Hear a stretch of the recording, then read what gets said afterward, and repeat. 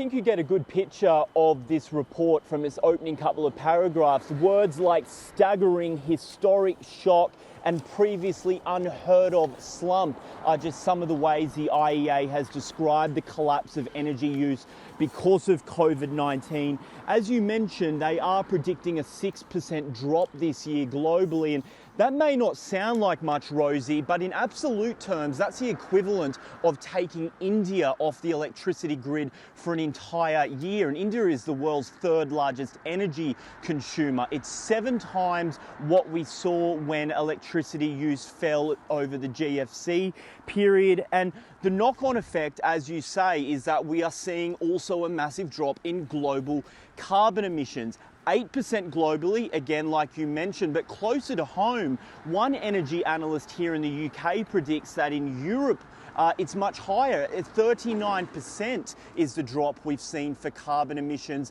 compared to this time last year. I mean, why is all of this happening? Well, one senior energy source I spoke to yesterday here in London said that seemingly overnight, the electricity market was turned on its head because of coronavirus lockdowns. Suddenly you had energy-intensive industries, things like manufacturing, large office blocks, food and chemical manufacturers, aluminium smelters, the list goes on, all switched off, and all of that electricity then went into the suburbs. Now, the grid is holding up because of that, but what we have seen is that loss of industrial power has well and truly offset the rise in residential use.